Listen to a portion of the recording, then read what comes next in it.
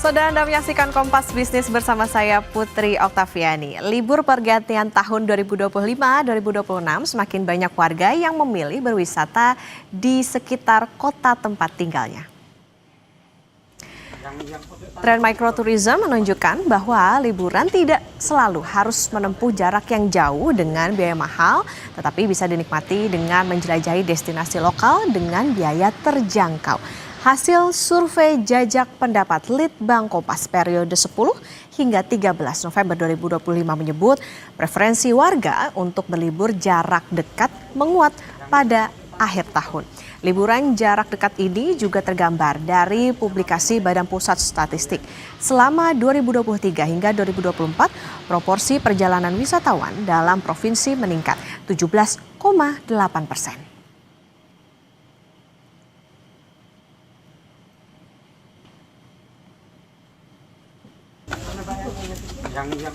Saudara, mahalnya biaya transportasi membuat tren wisata jarak dekat atau microtourism kian digemari warga. Untuk membahasnya lebih lengkap, kita langsung ngobrol dengan Fajar Ramadan dari tim jurnalisme data harian Kompas. Selamat pagi, Mas Fajar. Selamat pagi. Mas Fajar, mungkin saya bacakan terlebih dahulu. Ini kan hasil data dari Litbang Kompas soal pertanyaannya kemana Anda akan berwisata saat akhir tahun. Nah, kota domisili ada yang menjawab 21,3%, kemudian kampung halaman 9,5%, untuk ke kota lain 18,2%, tidak tahu 9,6%, tidak berwisata 38,4%, dan luar negeri 3%. Nah, dari hasil ini ada 21,3 yang berliburan di kota domisili. Mas Fajar, ini dijelaskan bisa seperti apa, Mas Fajar?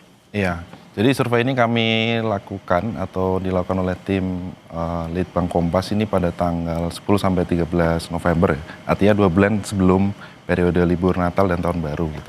Nah, hasilnya memang pada saat itu warga ini memang walaupun sebanyak 38,4%, artinya dominasinya mereka memutuskan untuk tidak berwisata gitu ya. Tapi ada juga yang 21,3% itu memutuskan untuk tetap berwisata, namun mereka memilih untuk wisata di sekitar tempat tinggal mereka. Nah, ini erat kaitannya dengan kondisi ekonomi dari masyarakat ya. Karena kami juga melakukan cross check secara langsung di lapangan dengan bertanya ke beberapa warga gitu ya. Memang beberapa memang menyatakan bahwa mereka mungkin akan tetap berliburan pada liburan akhir tahun ini. Namun mungkin akan melakukan strategi yang berbeda gitu. Salah satunya dengan berwisata di dekat daerah tempat tinggal mereka. Itu. Oke, nah itu tadi kalau yang bisa dikatakan microtourism ya, gitu. Nah, kalau yang tidak berwisata kan lebih besar nih Mas, 38,4%. Nah, itu kaitannya apakah dengan tadi masalah soal faktor ekonomi atau seperti apa? Ya, betul Mas.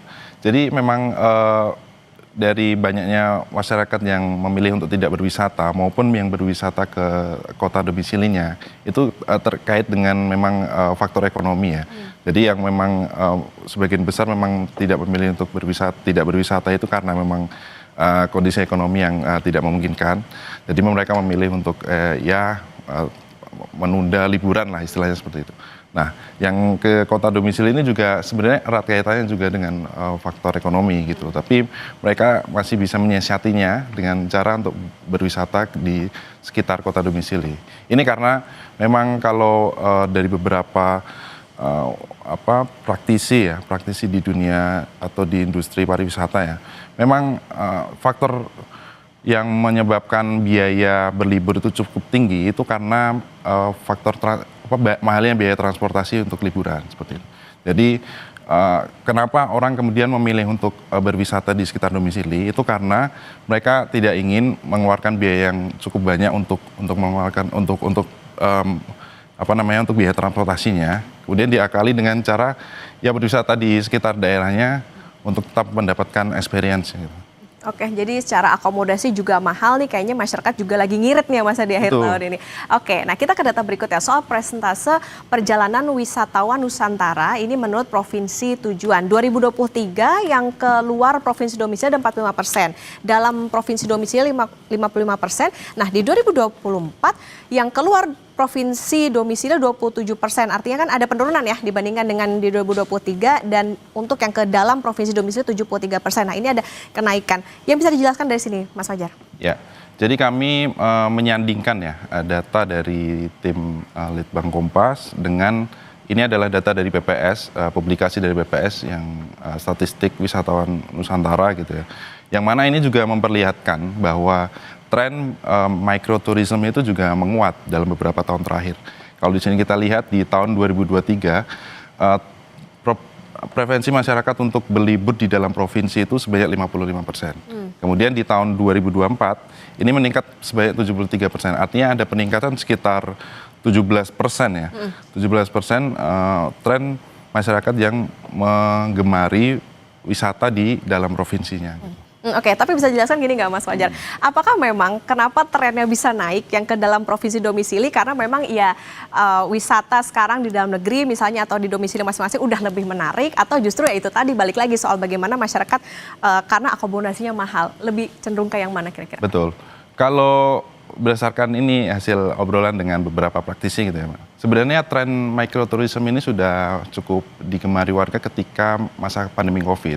Pada saat itu kan pergerakan warga dibatasi, kemudian mereka memilih untuk ya berlibur tapi tetap menjaga protokol kesehatan gitu. Akhirnya mereka memilih liburan di yang kita kenal dengan staycation. Mereka berlibur di hotel, menikmati fasilitas yang ada di hotel tersebut gitu kan. Nah, tren ini kemudian berkembang dan berlanjut gitu ya di tahun-tahun setelahnya gitu. Nah, tapi ada tantangan juga. Mengapa ada provinsi yang misal tingkat microtourismnya itu tinggi? Itu karena memang di situ tersedia akomodasi atau hotel yang memang memiliki fasilitas yang lengkap dan kemudian masyarakat berbondong-bondong untuk datang ke situ. Namun tidak semua provinsi punya kelebihan seperti itu. Oke, jadi bisa dikatakan nggak usah kemana-mana, jadi masyarakat punya bisa ngakalin gitu kalau misalnya mau wisata. Nah ini soal biaya transportasi ke Yogyakarta nih Mas, dalam rupiah hitungannya pulang pergi. Ini datanya diambilnya maksudnya apa yang bisa mengatakan bahwa oke, segini gitu? Oke, ini hanya salah satu gambaran ya Mak. Jadi kami itu menghitung biaya transportasi ke 14 destinasi favorit. Ada 14 daerah, ada Yogyakarta, kemudian Toba, Bali, beberapa destinasi wisata favorit gitu. Nah, Yogyakarta ini adalah salah satunya, kami ambil sampel gitu ya. Jadi dari data ini sebenarnya terlihat bahwa ada gap yang cukup besar ya terkait dengan biaya transportasi. Ini khusus untuk biaya transportasi ya Pak. Tadi kan sempat saya singgung bahwa biaya transportasi ini memang cukup menguras budget ya ketika orang memutuskan untuk berlibur. Jadi hasil analisis kami juga melihat bahwa sekitar 75-81% itu orang mengeluarkan anggaran berlibur itu dihabiskan untuk transportasi. Nah ini adalah salah satu gambaran bahwa sebenarnya di bawah ini ada Jawa Tengah ya. Jawa Tengah ini paling minim ada 160.000 saja untuk pergi ke Yogyakarta gitu. Kemudian kalau kita melihat dari orang dari Papua Pegunungan ini harus menghabiskan 10 juta lebih untuk datang ke Yogyakarta gitu. Mungkin ini menjawab juga ya kenapa kok kemarin di liburan kemarin kita tahu ada banyak yang bilang ini Indonesia sedang ke Jogja nih. Nah mungkin itu bisa terlihat dari misal dari daerah-daerah sekitar seperti Jawa Tengah, kemudian Jawa Barat, Jakarta, itu ongkos untuk ke Yogyakarta ini nggak terlalu mahal memang. Karena bisa ditempuh dengan jalur darat, untuk tiket pesawat juga mungkin ya untuk sebagian orang masih terjangkau gitu. Itulah yang menyebabkan Yogyakarta ini jadi salah satu destinasi favorit. Destinasi favorit. Oke, Mas Fajar, berarti gini, penegasan bisa disimpulkan bahwa transportasi di Indonesia ini menjadi harga transportasi yang harus dibayar masyarakat termasuk dalam akomodasi itu ya tinggi gitu untuk kita bisa berlibur keluar pulau dari domisili masing-masing. Betul, seperti itu gambarannya. Jadi memang ada gap yang cukup besar ya antara transportasi ke destinasi wisata favorit itu ya. Dari daerah-daerah terutama daerah di luar Pulau Jawa yang ingin ke Jawa itu memang tantangannya cukup besar. Karena kita tahu banyak destinasi favorit itu masih berada di sekitaran Jawa dan Bali. Gitu ya. Nah itu apa Mas yang membuat bisa dikatakan wisatanya murah, wisatanya mahal? Itu apa yang bisa membuat dikatakan misalnya kayak Yogyakarta gitu, ini bisa dikatakan ini wisatanya murah, relatif murah. Yang lain misalnya tuh kayak Manggarai Barat, ya lumayan lah ya 1,8 gitu. Ya. Ya, kalau tadi kita menghitung khusus untuk transportasinya. Nah, kalau ini adalah biaya wisata di luar biaya transportasi gitu. Nah, kami melakukan analisa dengan cara kita menghitung biaya makan di sana itu berapa, biaya rata-rata biaya menginapnya itu berapa, kemudian transportasi lokalnya, sewa kendaraan bermotor, lalu harga oleh-oleh di sana itu berapa. Nah, kami menganalisa hasilnya adalah Denpasar ini memang paling terjangkau ya, disusul dengan Yogyakarta gitu. Jadi karena beberapa komponen tadi, ada harga sewa kendaraan bermotor dan akomodasi yang mungkin masih terjangkau gitu ya. Seperti di Yogyakarta itu kami melihat di sana itu tersedia sekitar 5.000 hotel non bintang. Jadi ini jumlahnya cukup paling banyak di antara daerah-daerah yang lain gitu. Itu yang mengapa orang di Yogyakarta itu tidak sungkan untuk menginap gitu ya, karena biaya menginapnya murah di sana. Oke, jadi lebih banyak pilihan dengan harga yang lebih murah gitu. Jadi salah satu faktor kenapa bisa dikatakan ya ini kota yang favorit gitu dari hitungan-hitungan tadi. Oke, Mas Fajar, nanti kita lanjutkan kembali dan saudara tetap bersama kami di Kompas Bisnis.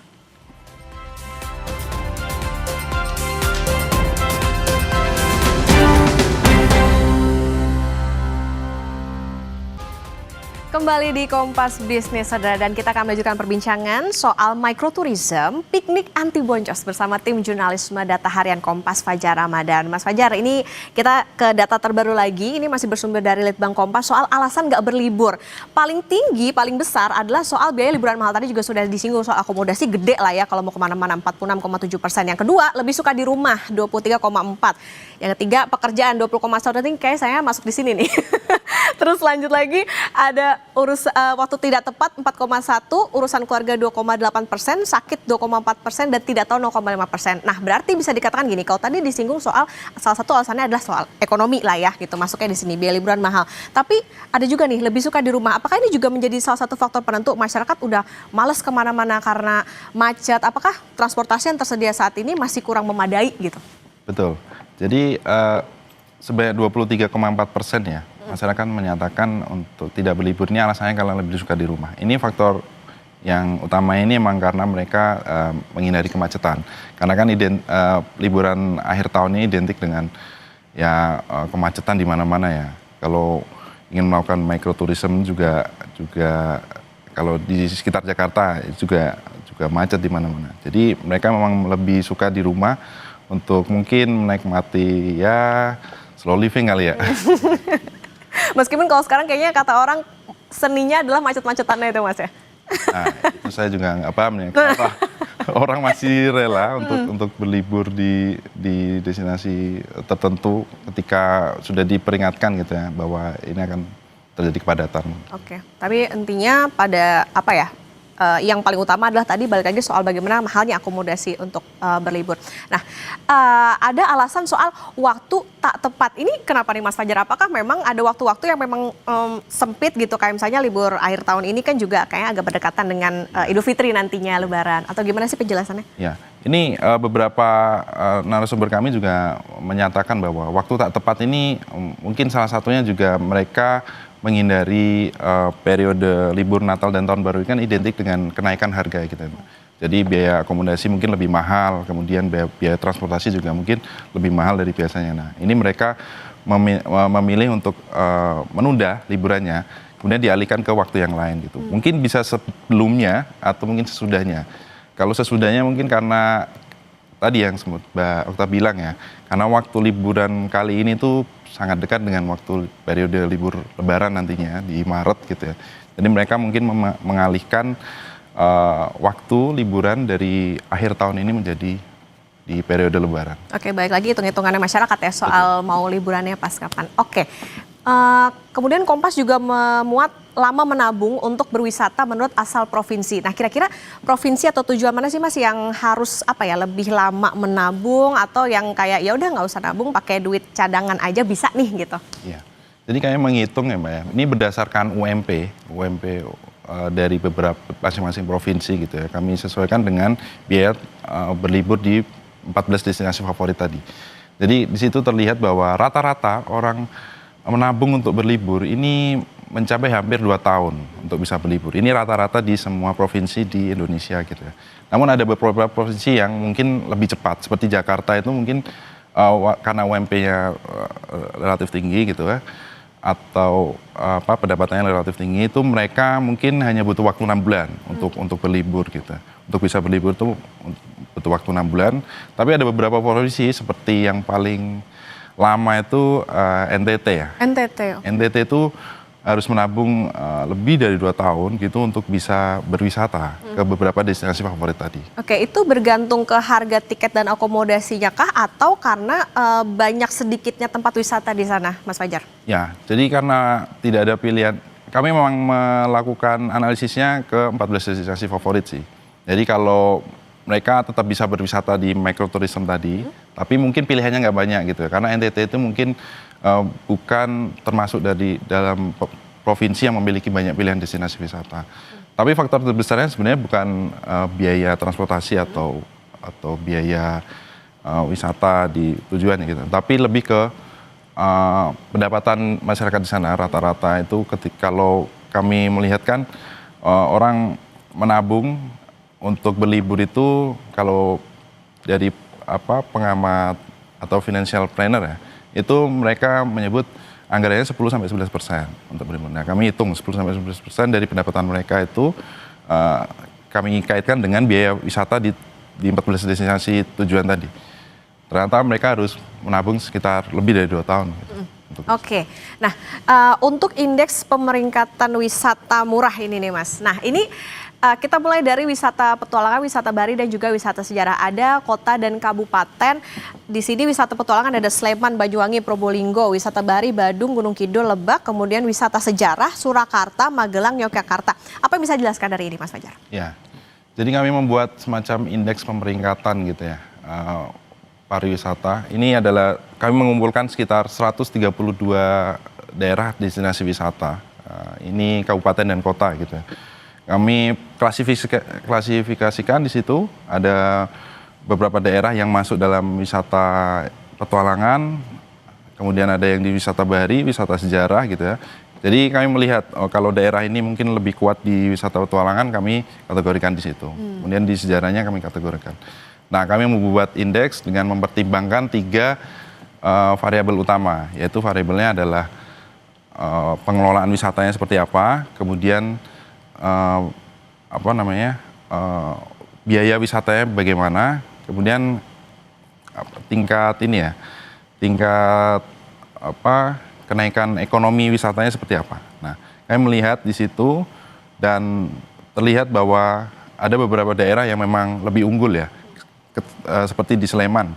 Ini dia masuk dalam wisata petualangan, itu karena memang dia unggul di pengelolaan wisatanya.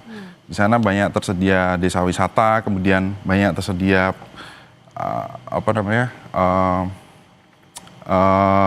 yang menyediakan jasa paket wisata di sana lebih banyak.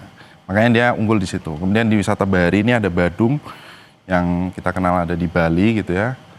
Kemudian di wisata sejarahnya yang paling unggul adalah Surakarta.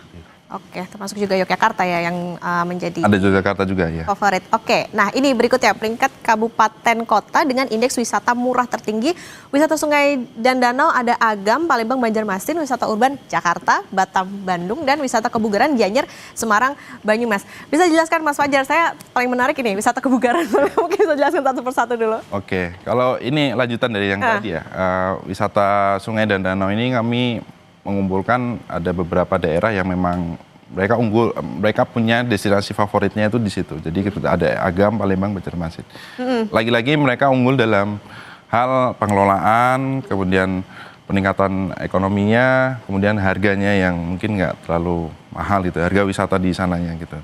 Kemudian ada juga wisata urban Jakarta, itu juga unggul karena kalau Jakarta kita lihat dia punya keunggulan di sisi akomodasi. Jadi ada fasilitas misal hotel atau penginapan di sini yang cukup lengkap. Ini yang membuat orang itu berbondong-bondong datang ke Jakarta untuk berwisata urban lah istilahnya gitu. Kemudian ada wellness education, tourism atau wisata kebugaran gitu ya. Nah, di sini memang Gianyar, ini yang kita kenal sebagai Ubud ya. Ubud ini memang unggul karena ya orang datang ke Ubud karena ingin menikmati slow tourism di sana. Jadi mereka ingin refresh kembali kepenatan-kepenatan yang mereka alami gitu ya. Oke, nah termasuk Semarang juga ya Mas ya? Semarang ya, karena ini Kabupaten Semarang ya. Oh Kabupaten Semarang, oke, Ungaran gitu ya? Ungaran, betul.